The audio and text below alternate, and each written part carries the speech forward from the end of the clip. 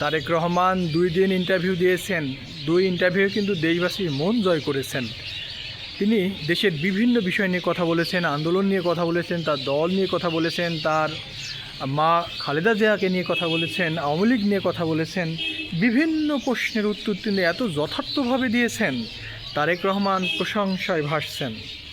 এত সুন্দর করে কথা বলেছেন, তার সততা, দক্ষতা, রাজনৈতিক পরিপক্কতা মনে হচ্ছে আগামী দিনে নতুন রূপে দেখবে বিএনপি, নতুন রূপে দেখবে বাংলাদেশের মানুষ। তারেক রহমানের এই এত সুন্দর জ্ঞান পাণ্ডিত্যটা সত্যি কি প্রবাস জীবন থেকেই অভিজ্ঞতা লাভ হলো? তারেক রহমান বাংলাদেশের রাজনীতিতে সবসময় প্রাসঙ্গিক ছিল।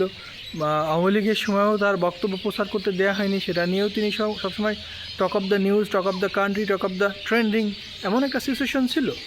বর্তমানেও তারেক রহমান সেই সুসময় উপভোগ করছেন তার রাজনৈতিক জীবনের সবচেয়ে সুন্দর ক্যারিয়ারটা। বাংলাদেশে এই প্রথম দেখুন তারেক রহমানের অপূর্ণ সুযোগ রয়েছে প্রধানমন্ত্রী হওয়ার। ফেব্রুয়ারি ইলেকশনে যদি সত্যিকারই অর্থে বিএনপি ক্ষমতায় যায়, তবে অনেকেই মনে করছেন তারেক রহমানই হবে আগামী দিনের প্রধানমন্ত্রী।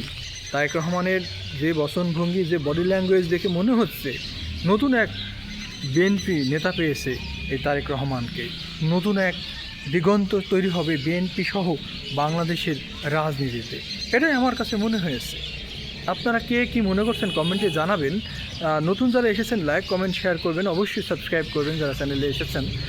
দর্শক, তারেক রহমানের এই নতুন দিগন্ত রাজনীতিতে কীভাবে ভূমিকা রাখে সেটা দেখতে হলে আমাদের আরও কিছুদিন অপেক্ষা করতে হবে।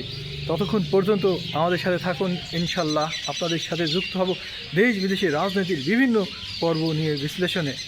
ভালো থাকবেন সবসময়।